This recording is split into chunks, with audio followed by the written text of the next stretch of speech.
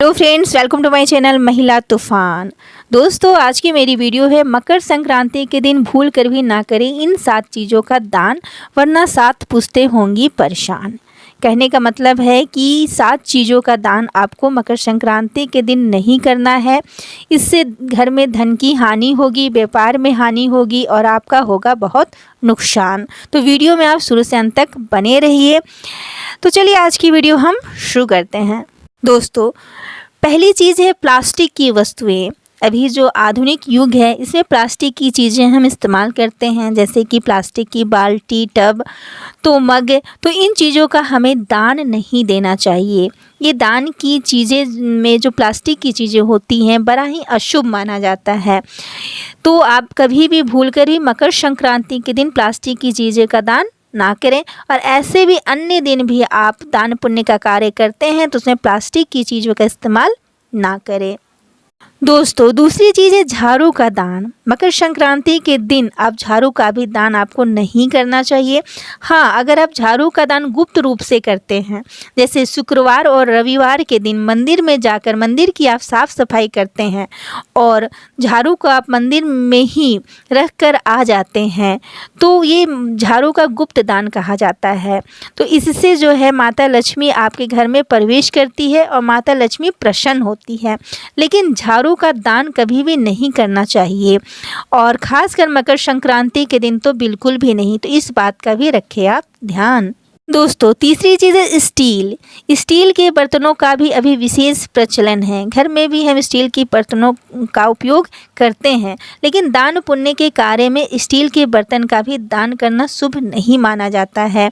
तो स्टील का बर्तन भी आप दान ना करें, इससे भी बचें। और मकर संक्रांति के दिन भी आप रसोई से संबंधित किसी भी बर्तन का, स्टील के बर्तन का आप दान नहीं करें। ये आपके घर के लिए शुभ और अच्छा नहीं माना जाता है। इस बात का भी रखें आप ध्यान। दोस्तों, चौथी चीज़ है तेल दान।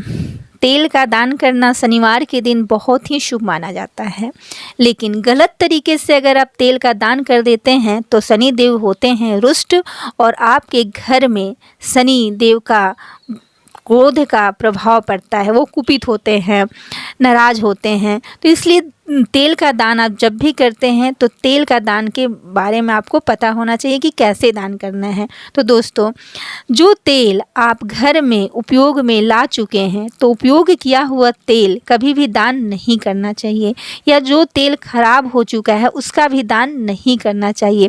तेल का जब भी दान करें आप तो नई और अच्छी क्वालिटी के तेल लेकर ही दान करें। प्रयोग किया हुआ तेल दान ना करें। इसका आपको अच्छा प्रभाव नहीं, लेकिन इसका बुरा प्रभाव आपको देखने को तुरंत मिल जाता है। इसलिए इन बातों का आप खास ध्यान रखें। दोस्तों, पांचवी चीज़ है कि अनुपयोगी चीज़ों का दान ना करें। जैसे कि आप जानते हैं मकर संक्रांति का जो त्यौहार है वो दान का ही त्यौहार है। दान और स्नान का इस दिन विशेष महत्व होता है। दान पुण्य के कर्म करने चाहिए। 100 गुना फल मिलता है, 100,000 गौदान का भी फल मिलता है, ऐसा कहा जाता है। इसलिए इस दिन अगर पुराना तिल हो जिसमें कीड़े लग गए हों, पहले से आपके घर में हो, तो या पुरानी चीज़ें हो, या पुरानी खराब सब्जी हो, या कोई भी पुरानी चीज़ें हो, अनुपयोगी चीज़ें हो, तो उसका आप दान ना करें। इसका आप पे के घर परिवार पे बुरा असर पड़ता है। अगर आप खराब अन्न की सामग्री दान करते हैं या अन्न दान करते हैं, जैसे चावल दान किए, चावल में कीड़े लगे हुए हैं, तो इस तरह का दान करने से आपके जीवन में गलत प्रभाव पड़ता है, आपके घर में भी बीमारी आ जाती है। तो इस तरह से आप अनुपयोगी चीज़ों का दान ना करें। जो भी चीज़ें दान करें जो आप उपयोग में ला सकते हैं, वैसी चीज़ों का आपको दान करना चाहिए। इस बात का आप ज़रूर ध्यान रखें।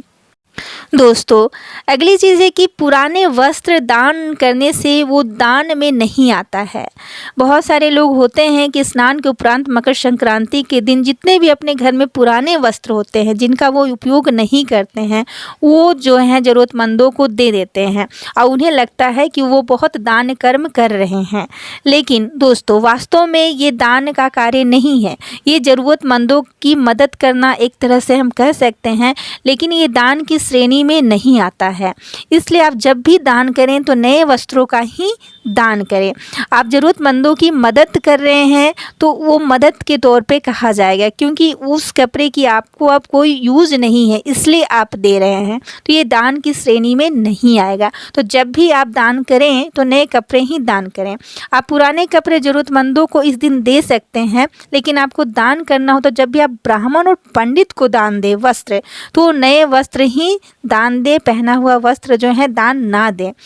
ऐसा नहीं है कि आप एक बार यूज कर लिए हैं और वो आपको पसंद नहीं है इसलिए आप दान दे रहे हैं, तो वैसा दान का आपके जीवन पे बहुत ही गलत प्रभाव पड़ता है। इसलिए जब भी आप ब्राह्मण या पंडित जी को दान देते हैं तो नए वस्त्र का ही दान करें, और पुराने वस्त्र का दान जो है वो ज़रूरतमंदों को देना चाहिए, लेकिन वो दान की श्रेणी में नहीं आता है, इस बात का भी आप ध्यान रखें।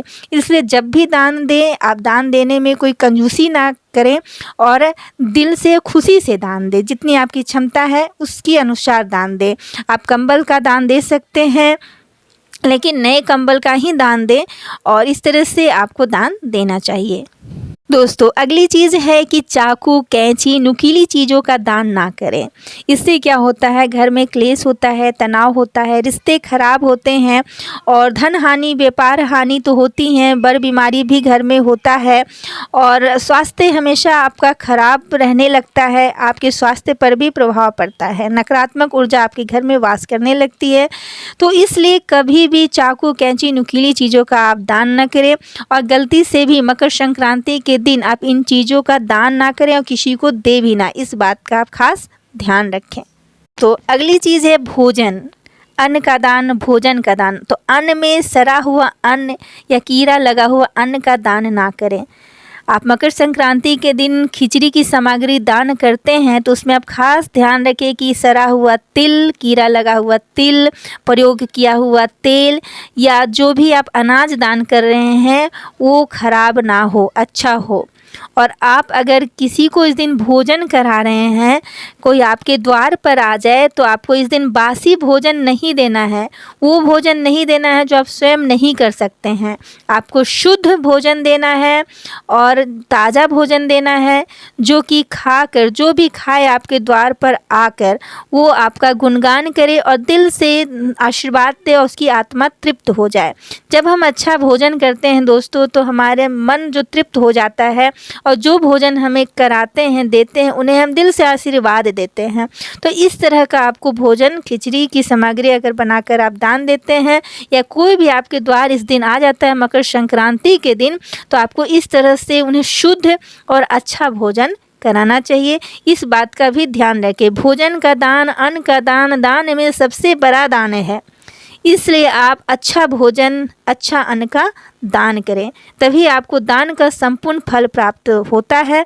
और आपकी 7 पुश्तें क्या, आपको 100 गुना 1000 फल मिलता है, क्योंकि इन चीज़ों का मकर संक्रांति के दिन जो हम दान करते हैं उसका हमारे जीवन पे बहुत अच्छा प्रभाव पड़ता है, और उसका 100 गुना 1000 गुना फल हमें मिलता है। इसलिए इस दिन आप अच्छी सब्जियों का, ताज़ी सब्जियों का दान करें। एक कहानी भी है कि एक महिला जो है भगवान मंदिर में दान देती है केले का, तो अपने खाने के लिए ताज़े केले लेती है, लेकिन मंदिर में चढ़ाने के लिए वो जो है एकदम सड़े गले केले लेती है। तो भगवान भी तो सब देखते हैं, भगवान की नज़र से क्या छुपा है। तो उस महिला के साथ क्या होता है कि वो जब दादी बनती है तो उसके जितने भी पोते होते हैं या पोती होती है वो बहुत दुबली पतले होते हैं, उसी केले की तरह। इसीलिए दोस्तों उसका कोई इलाज भी नहीं होता है, कितने भी वैद्य दिखा लो, डॉक्टर दिखा लो। तो इसलिए भगवान को जो चीज़ हम देते हैं दान में, वैसा ही फल हमारे जीवन पर पड़ता है और हमें लौटकर 100 गुना मिलता है। इस बात का आप ध्यान रखें। तो इसलिए दान हमें बहुत सोच समझ कर अच्छे से देना चाहिए। तो आज की वीडियो में बस इतना ही। वीडियो अच्छी लगी हो तो लाइक करें, शेयर करें, कमेंट करें, मेरे चैनल में तो सब्सक्राइब करें, और ऐसे ही ज्ञानवर्धक वीडियो देखने के लिए मेरे चैनल को सब्सक्राइब करें। कमेंट जरूर करें कि आपको आज की वीडियो कैसी लगी। धन्यवाद।